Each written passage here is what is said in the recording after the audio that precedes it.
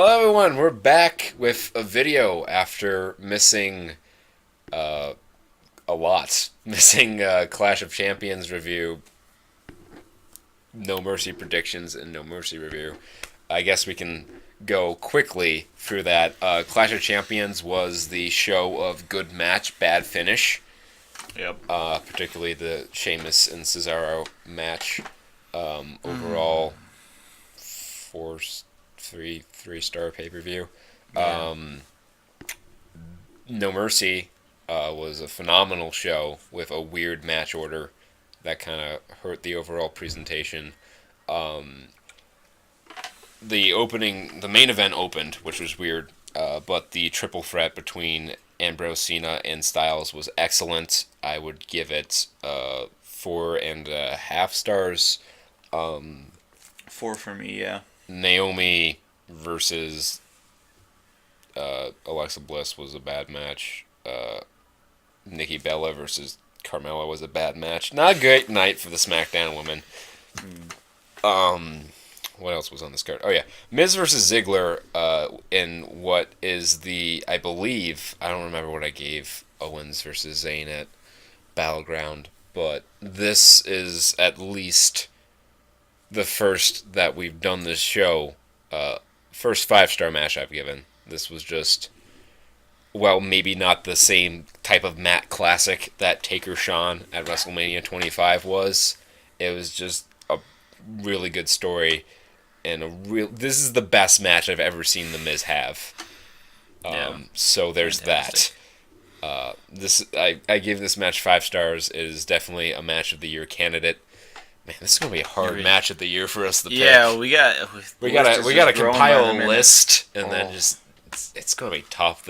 There's gonna be a lot of arguments and deliberations in the coming months to decide our match of the year. We need to set up I don't know, a championship of best matches where we go back over the whole year. Well, yeah, what I was gonna do is I was gonna write up a list and probably when we're on break, I'll write up a list. I'll send you the list. You add any matches you feel you need to add, and then we get on Skype and argue for 4 hours about what's the best match of the year. Oh baby. And then we present it to you. Randy Orton versus Bray Wyatt, and just a really disappointing match. It's sad to see, but I think Randy Orton's back to phoning it in again. I mean, when he eventually gets a shot at AJ Styles, hopefully he brings his A game. But he is not super into this feud with Bray. Luke Harper's back. That's cool. Hey. We're happy about that. Poor one out for Eric Rowan, though. He went down with a rotator cuff tear. Yikes. He's going to be out for a while. Man, this guy just gets hurt. The whole Wyatt stable, their gimmick is just they get hurt at the worst possible time. We would have awesome... I think Bray Wyatt would be maybe WWE champion right now if he had been able to carry his momentum from that face turn. Mm-hmm. We need to watch the end of that Raw after we're done with this, when he had that tag match with Roman. Just... that place was electric for Bray. Bray Wyatt needs to turn babyface, is what I'm saying. Have him feud with Styles, print money. Oh my gosh. I can't even imagine. Yeah. So, Backlash... Oh, No Mercy. No Mercy was good. Backlash was also good, but No Mercy. No Mercy was good. And now we're on to the second Raw exclusive pay-per-view, Hell in a Cell, this Sunday. Sunday. We have to watch a pay-per-view this Sunday. Wow. Oh, wow. This is... I hope next year they go to every other... they just have the 12 pay-per-views. Yeah. And they do Raw SmackDown like they did in the old days. Because this 19 pay-per-view, or 20... what will be 24 pay-per-views... or... no, it'll only be 19 because of the Big Four. Right. Or, actually, yeah. Yeah. It would only be... no, it should be 20. Because it's 24. Whatever. Too many pay-per-views. It's a shit ton. It's a lot to ask of us, especially with the other stuff we do. A lot of media we have to consume in our job here. But anyway, on to the predictions for Hell in a Cell.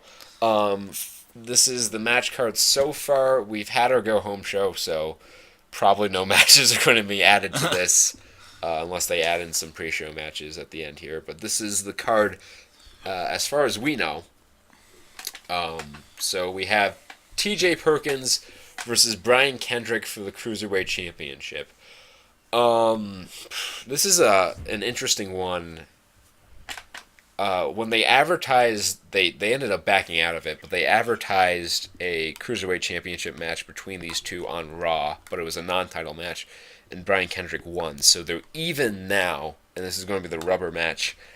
I can see them changing the title here because I don't think Perkins has gotten over the way they wanted him to. I don't think it's time to give up on him entirely. But he was definitely not my favorite to come out of the Cruiserweight Classic. Maybe that's coloring my opinion a bit. But I think it was a good call to have a babyface have the title right out of the Classic. But I think with Brian Kendrick really being the only true heel, certainly being the only heel that's over in the division, I think it's time to make the switch. So I'm going to go with Brian Kendrick here. Yeah, that's pretty sound logic. You gotta start, changing it up. Give a little spice in there. Yeah, because, if Perkins wins here, and then that's the blow-off to the feud, which I'm not saying it would be, they probably would do another match, because that's WWE style. But as soon as they blow off the Kendrick feud, who's Perkins got the feud with? They haven't done a great job of building up the characters or stories in this division, which is really a sad thing because everyone had a story in the Cruiserweight Classic, right? And it just worked so well. But of course, as soon as we get to Raw, they bungle everything up. Raw has so much. Raw should be so good, but it's not. It's so bad. It's got the deck stacked in its favor. Still draws the lowest cards. Oh my god, I really want SmackDown to start being Raw in the ratings, which, in quality of the show, they've been trouncing Raw week in, week out, but just, once the numbers start getting there, maybe it'll wake up Raw a little bit, and they'll start getting their shit together. But anyway, I guess we've both got Kendrick here. We'll see. It should be a decent match. And then we have the New Day versus Cesaro and Sheamus, because the terrible Reddit prophecy came true, and they did in fact draw at the end of their best of 7 series, and were given a tag team title match because Mick Foley said there was no way to determine a winner. God forbid they have another match. For real. Maybe inside, I don't know, Hell in a Cell, like the pay-per-view's name is. That would be perfect. But no, we have to feed them to the New Day, because that's going to do a ton of favors for both these guys. Yeah. God damn it. Why do they hate Cesaro, is my question. Who did he piss off? He's so good, but then they're just we're just shoehorning. They're we'll just not give him a title match. Because it's not like Cesaro versus Kevin Owens would have been an entertaining program or anything. Not at all.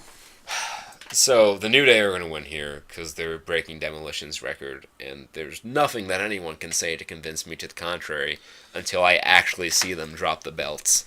So, we've got another, let's see, 2 months of the New Day on top, so they'll win at Survivor Series, and then they'll win at whatever Raw's December pay-per-view is, and then they'll maybe drop the belts at the Royal Rumble to... It should be Anderson and Gallows, but I don't know if that's going to be the case. Yeah. Maybe Enzo and Kaz, but that'd be face versus face, which... I don't know. We'll see. But the New Day's definitely winning here. They'll probably... Cesaro and Sheamus will probably get another match at the Survivor Series. Yeah. Maybe. I don't know. Survivor Series... they'll lose and they'll be the impetus for... Survivor Series is going to be a weird pay-per-view because Shane and Daniel Bryan went on SmackDown and they challenged Raw to 3 traditional Survivor Series elimination matches with women, men, and tag teams.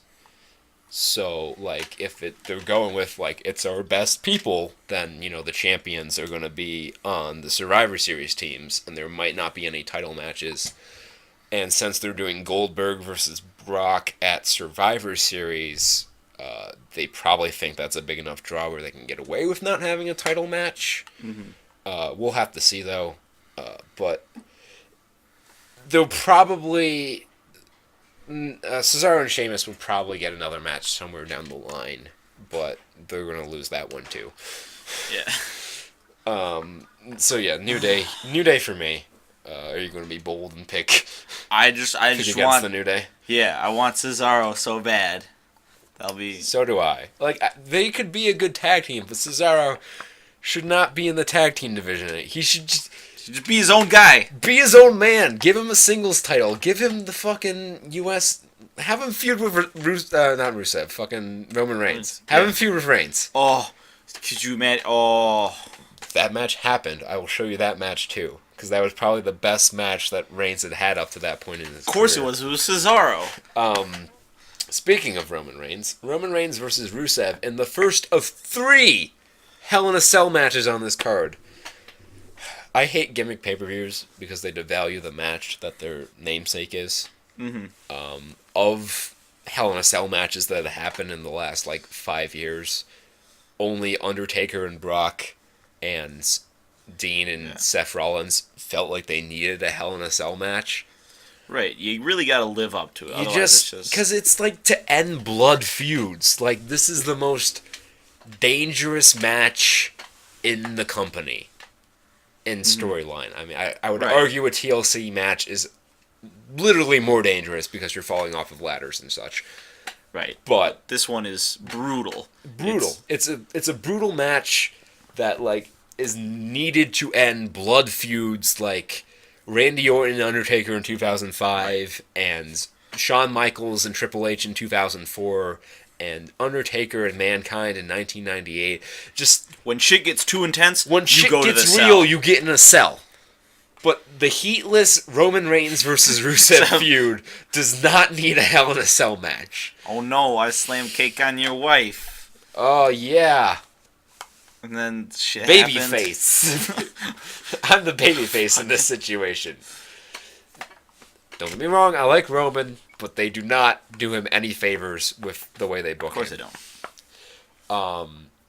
They had him over in Philly last December, and then they fucked it up. They got him cheered in Philly. And if you can do that, that's like a goddamn miracle. And then they fucked it up. They got to the mountaintop and then they just went back down. They seen him drop. So Roman obviously is going to win this. He's really dominated this feud. Rusev has not looked like legitimate competition to him at all, which is going to be interesting for where they go with him after. Like, who else is we have this problem. Yeah. When we were talking about Clash of Champions, who is the next heel up in the mid-card? Like, who could Nobody. it be? Like, Jericho, maybe? But he's know definitely about going to that get his one. match against Kevin Owens because they're teasing that split super hard. I don't know. Like, Roman Reigns is definitely winning this match. Yeah. No ifs, ands, or buts about it. Absolutely. But what happens after? What happens afterward, I have no fucking idea. Maybe they'll dredge up. Gonna be Fucking lost. Jinder Mahal. We'll be fucking Jinder Mahal against Roman Reigns for the U.S. title. It's okay. He doesn't need a feud yet because he's going to be in a Survivor Series elimination match. There you go. So It works out. they get a 1 month stay of execution. So that leads us to Kevin Owens versus Seth Rollins, also inside Hell in a Cell. Hey, number 2. This feud also does not need Hell in a Cell. Just there. I really want... It doesn't feel like Chris Jericho and Kevin Owens are doing enough to really get Seth over as a babyface. He'll get over as a babyface. Right. Because he has that style. He has the high-flying, awesome style that will get him over as a babyface. But they're not really book. It seems like they're just like jogging in place until Triple H feels like coming back, and they do that feud, which probably going to be a WrestleMania match. Shouldn't be. Seth should win the Rumble this year, and then fight for the title at WrestleMania. But I don't fucking know what they're going to do with that. But this one, I don't see them taking the title off of Kevin right now, because if you put the title on Seth, then when you have the inevitable Triple H versus Seth Rollins feud, which is coming, it's just a matter of when, not if. It's for the title at that point, and no one needs to see in 2016/17 Triple H going after the title again. Like, Right. It was okay when he won the Rumble for the title last year, because it made sense in storyline.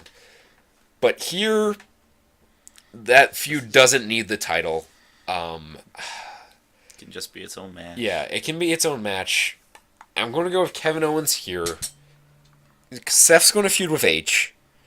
And Jericho is going to get a match against Kevin Owens when they split. And then that's going to take Kevin Owens probably... I don't know when because Jericho's leaving the company soon to go on tour with his band or whatever. So I don't know what the timeline for that is. But anyway, I think Owens is going to carry the title into WrestleMania. And if Finn Balor's back in time for the Rumble, I can see them having Finn win the Rumble and then Owens versus Finn at WrestleMania, which will be okay. That'd be They pretty didn't... Their feud didn't light my world on fire in NXT. But But it's a different scene, different chance. it wasn't bad. They had a good match in Japan, and they had a decent match in Brooklyn. It was overshadowed by Bayley and Sasha Banks that went on right before it. But It's a good base. It's a good. yeah, it would be a solid WrestleMania match. I think there's stuff they could do that they didn't show in those other two, because they only have the two matches. So there's obviously, I've seen enough of their indie shit where I know they have more to offer than what they showed in those two matches. So, back to the subject at hand. Kevin Owens is my pick in this match. As much as it, like, I wouldn't hate seeing Seth win. Like, Yeah. Seth and Cesaro are the two wrestlers that I own shirts of. So, Right. clearly, I like You want them. to, but it's just not going to happen. It's just not in the cards. Yeah, my head says Kevin Owens, my heart says Seth Rollins. But my head usually wins in battles of my hearts because I've been told I am a robot. So that leads us to now. This Okay. may or may not main event the pay-per-view. Mick Foley said it was going to be the main event, and then immediately afterward tweeted out, "Match order, not final." Yeah. Pull back on it. Sasha Banks versus Charlotte inside Hell in a Cell. This would be the first women's Hell in a Cell match. And if they main event, I believe it would be the first women's match to main event a pay-per-view ever. Which, Would be yay, great. progressivism, but, like, first off, I'll say this. Of the 3 Hell in a Cell matches, this is the only one that feels like it should be inside Hell in a Cell. Because these two have been feuding for months. There's animosity. There's enough for me to say it's a blood There's feud good that stuff. needs Hell in a Cell. It would be a weaker Hell in a Cell match, but it's stronger than the other two. I fear for what these two will do inside Hell in a Cell. Yeah. Sasha Banks seems to be on a mission to kill herself every title match she has. Inside Hell in a Cell, you have plenty of opportunities to do just that. Charlotte always does some crazy spot in a title match to be like, "Look Yeah. at me, I'm the best athlete." First off, Sasha's going in as champion. Hell in a Cell is in her hometown of Boston. I don't know why they did the title change on Raw. Like, they should have waited to this. Yeah. This should have been where they switched the title. If this main events, that's fine. Like, there's a perception among a lot of... Maybe it's just on cage side seats. But, like, everyone's all like, oh, spotlight on the women, because women, and women, and yay, and women.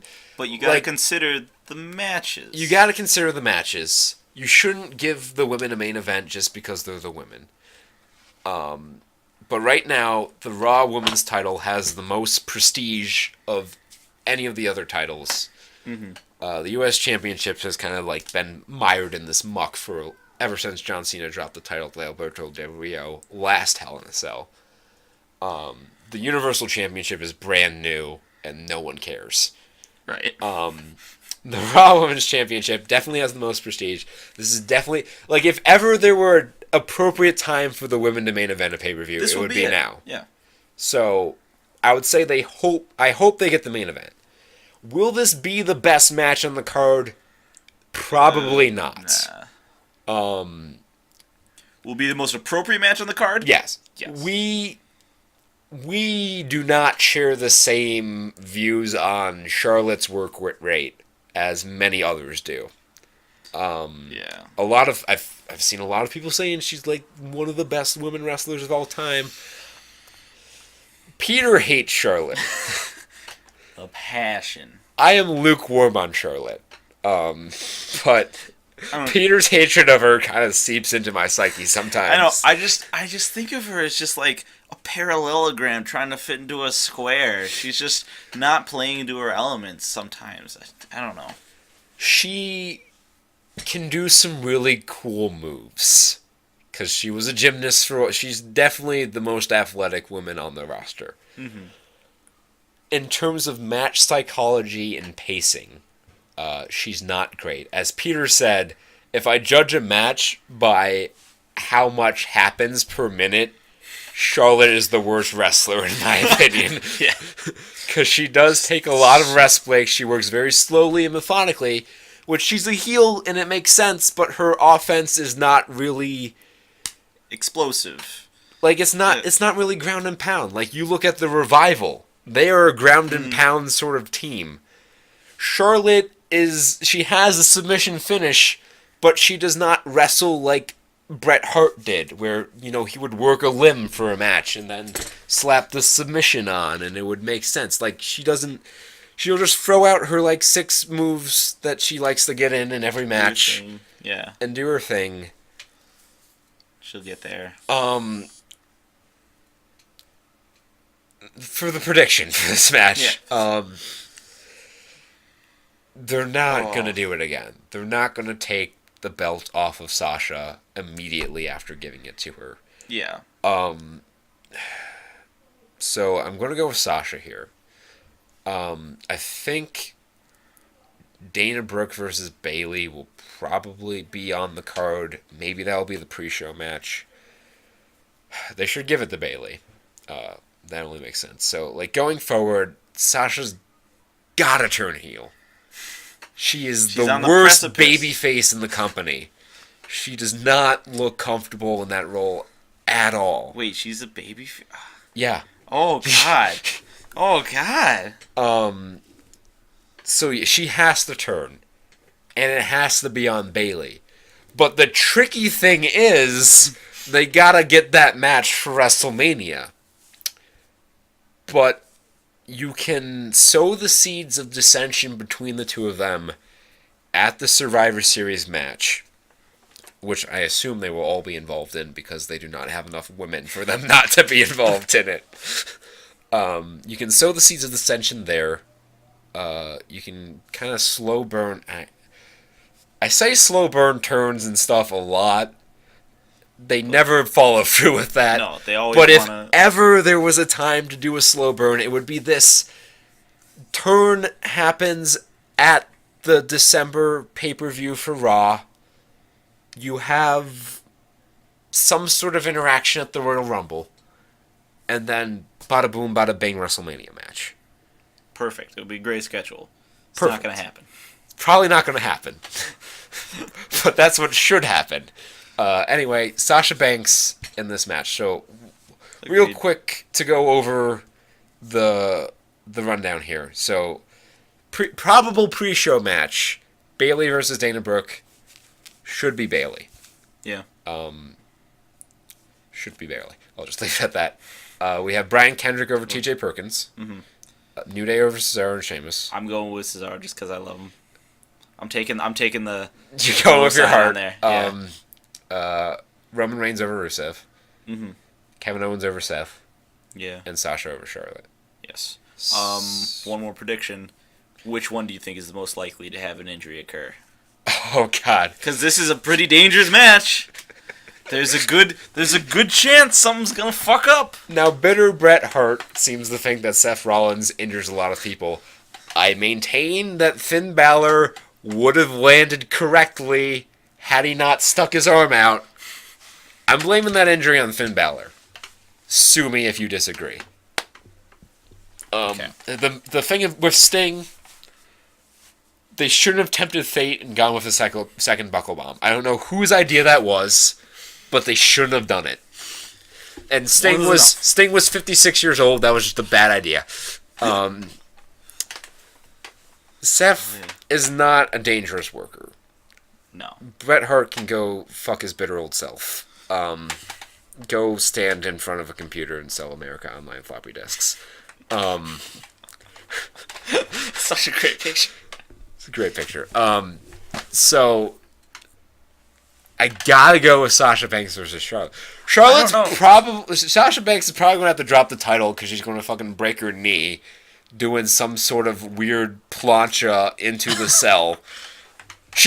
Sasha's gonna want to go up top and take the Mick Foley bump off the top of the cell through the announce table because she's a crazy bitch.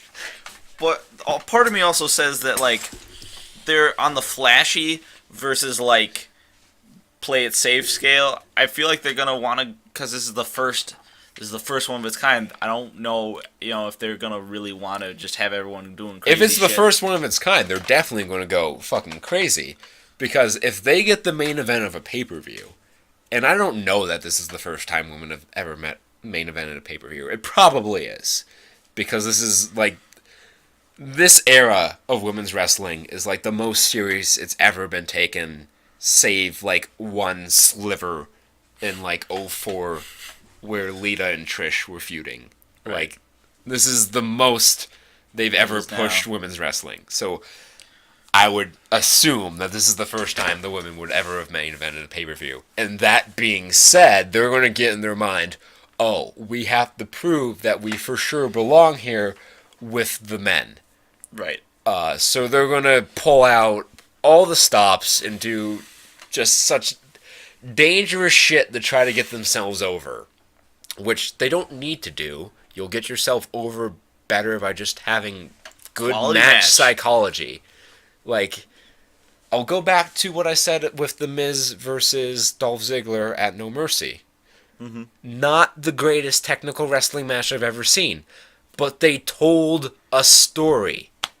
The best wrestling matches in my eyes will always be the ones that tell a story. The ones that I will put above the rest do both well. Like Sami Zayn versus Cesaro at NXT Arrival in 2014. Both told a story and was an excellent technical wrestling match. Shawn Michaels versus The Undertaker at WrestleMania 25 and 26. Beautiful. Told a story, also good technical wrestling match. But the most important aspect is to tell a story. The Triple Threat at No Mercy was a better technical wrestling match. Did not tell as good a story. Which match did I give 5 stars? The story. The story. Because at the end of the day, if you're not putting in a good story, what does it mean? It just means it doesn't mean it's anything. a demo. You're just doing moves. Right. And that's a criticism I had with a lot of Dolph Ziggler matches where he just fucking does moves. Dolph does move Ziggler. But this last match with The Miz, they told a story. And that's something like a lot of praise is given to the women's division now, and deservedly so. It's the best I've ever in the 10 years I've been a wrestling fan. It's the best like current like stuff I've seen from the women ever. But there is still the missing component of match psychology, with the exception of Bayley versus Sasha Banks at Brooklyn and Takeover Brooklyn and Takeover Respect. And that was just largely due to Bayley's character. It wasn't necessarily the match itself, but because of Bayley's character, like you knew going in, like the way they worked the match was just a regular match. They didn't tell a particularly great story, but her character made the story better. With the exception of those two matches, they don't tell stories. The women don't tell stories well yet. Yeah. And they're all young, and they all haven't been wrestling for a great amount of time, except for like Becky and Natalia have been wrestling for a while.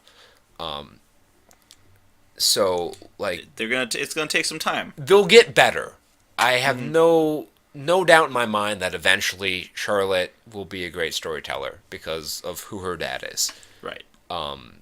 Just it'll get there, but as of right now, they don't have it. So instead of telling a good story, they're going to try to kill each other. So, to answer your question about which match is going to have the higher probability of injury, it's going to be Sasha versus Charlotte. Okay. That's a great argument. And, if it turns we'll be able to tell in like the first 5 minutes. It's like, "Oh, yep, okay." She's going to want to take that McFoley bump. But if it doesn't, I don't know. I'd put my little pip on Roman Rusev. I don't know. I feel like Roman is not a dangerous worker, though. I don't know. I feel like the Rusev would do something stupid. Rusev, they've never injured anyone, though. The two of them, they've never hurt anyone. Even them. Well, Roman had a hernia, but that's probably not related to anything he did in the ring. Wait, so then remind me, what was that match that wasn't a match where they like just started beating on each other before the bell started? That was at SummerSlam. Right. That was a while. Wow, that was a while. That was in August, yeah. Jesus. I couldn't even remember the card to SummerSlam the other day. I was thinking about it. I'm like, what the fuck was on there? That's how good a pay-per-view it was. But yeah, like, Boy.